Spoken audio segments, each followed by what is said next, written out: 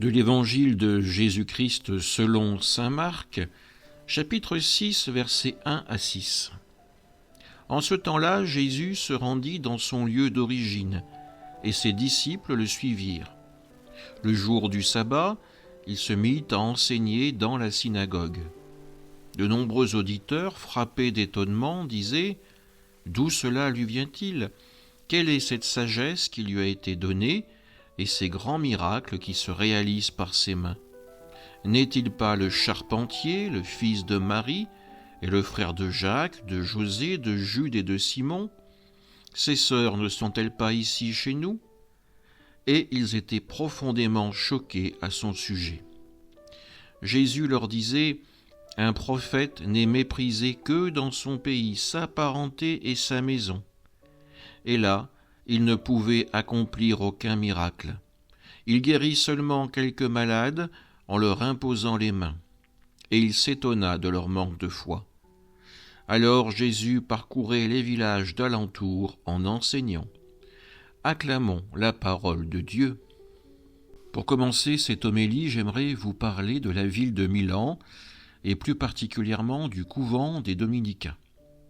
Vous le savez, c'est dans ce lieu que Léonard de Vinci a réalisé une de ses œuvres majeures, sa fresque représentant la Sainte Seine. Pour la réaliser, Léonard a mis beaucoup de temps et il rencontre sur la fin un problème majeur. Il n'arrive pas à représenter le visage de Judas. Il tente différentes approches, mais aucun résultat ne lui convient. Et chaque jour, Léonard a la visite du prieur qui vient pour voir l'avancée des travaux et surtout savoir quand il pourra récupérer le réfectoire dans lequel Léonard réalise la fresque. À la fin, Léonard décide d'en finir et il prend une résolution. Il se rend alors dans le quartier de Milan qui a la plus mauvaise réputation, un lieu où les bagarres sont fréquentes et les larcins encore plus. Arrivé à la frontière de ce quartier, Léonard rassemble son courage et s'y engage. Mais ce n'est pas encore suffisant. Il veut trouver la pire auberge de ce quartier. Il tourne un peu, il explore les environs, et enfin il trouve l'établissement qu'il cherchait. La devanture n'est pas aguicheuse, mais le peintre y entre.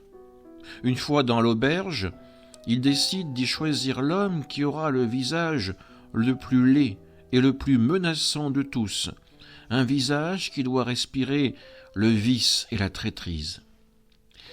Léonard examine discrètement les clients, et là, tout au fond de la taverne, à moitié caché par les ténèbres, Léonard trouve l'homme qui lui convient. Un visage mauvais, un visage patibulaire. Encore une fois, le peintre rassemble son courage, respire un grand coup et s'approche de cet homme. Une fois à sa table, il lui explique qu'il est peintre et qu'il souhaiterait l'engager pour qu'il lui serve de modèle pour incarner Judas dans sa fresque. L'homme écoute attentivement l'artiste, puis il se lève de son tabouret et pose sa main sur l'épaule de Léonard. Celui-ci s'inquiète et se dit que le portrait qui va finalement être refait, c'est le sien. Mais là, à la surprise du peintre, le visage de l'homme s'illumine d'un grand sourire, et l'homme dit ces paroles « Mais Léonard, tu ne me reconnais pas ? Je t'ai servi de modèle il y a 2 ans pour incarner le Christ. » Cette histoire illustre parfaitement l'évangile de ce jour. Jésus revient à Nazareth, le village où il a vécu 30 ans de manière discrète, où il a passé son enfance, où il est devenu charpentier. Jésus y revient après avoir commencé à prêcher, après avoir manifesté les signes de la miséricorde de Dieu. On peut imaginer la joie de Jésus de rentrer dans ce lieu après tout ce temps. Malheureusement, tout ne se passe pas aussi bien que cela. La foule qui est présente s'avère incapable d'écouter Jésus. La foule agit exactement comme Léonard de Vinci. Elle a une idée toute faite, préconçue sur Jésus. La foule est incapable d'écouter les paroles qui sont prononcées. Pour ces gens qui sont rassemblés autour de Jésus, Jésus n'incarne pas le Messie, il n'est que le fils de Joseph et Marie, il est le charpentier, fils du charpentier. Ces hommes sont incapables d'accueillir le message de Jésus. Et nous sommes comme Léonard, nous sommes comme cette foule. Nous sommes entrés dans une routine qui fait qu'on ne s'émerveille plus de la parole de Dieu. On ne l'écoute même plus, comme bien souvent l'homélie qui la suit. On a une réflexion très simple. On se dit, je connais déjà ce texte, et voilà ce que le prêtre va nous en dire. Du coup, pendant l'homélie, on pense à autre chose. On pense à sa liste de courses ou au poulet qui doit cuire à la maison. Il nous faut réapprendre à se laisser étonner par la parole de Dieu, à la laisser nous interpeller, qu'on arrive à se dire « là, je ne comprends pas Jésus » ou « pourquoi il dit cela » ou encore « est-ce que je serais capable d'en faire autant » ? Oui, non, et sinon, pourquoi ? Essayons de ne pas être passifs face à la parole de Dieu, mais réagissons à son message. Ne gardons pas en mémoire uniquement ce qui nous convient dans l'Écriture, mais acceptons de la recevoir de manière intégrale, même dans ce qui nous dérange.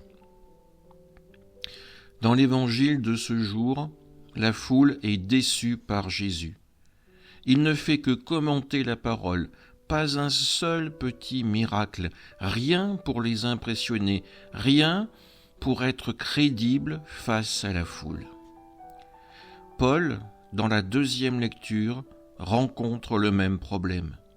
Dans la communauté de Corinthe, il y a des prédicateurs qui sont apparus, qui prêchent avec un grand talent oratoire, qui savent captiver les foules, qui savent les impressionner.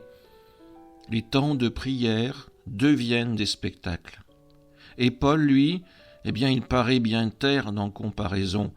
Il paraît même soporifique. Jésus et Paul ne nous enseignent pas du merveilleux, des contes pour enfants, mais ils nous rejoignent avec simplicité dans notre vie de chaque jour. Le monde d'aujourd'hui voudrait nous faire vivre dans une représentation permanente, dans un spectacle factice. Et parfois, l'Église se laisse aussi piéger. La liturgie devient un show, on veut épater la galerie. Mais l'Église n'est pas là pour épater, elle est là pour annoncer un Dieu d'amour dans le monde, dans la réalité d'aujourd'hui, avec le langage des gens. L'Église n'est pas là pour jeter des paillettes, mais elle est là pour offrir la grâce du Christ. Amen.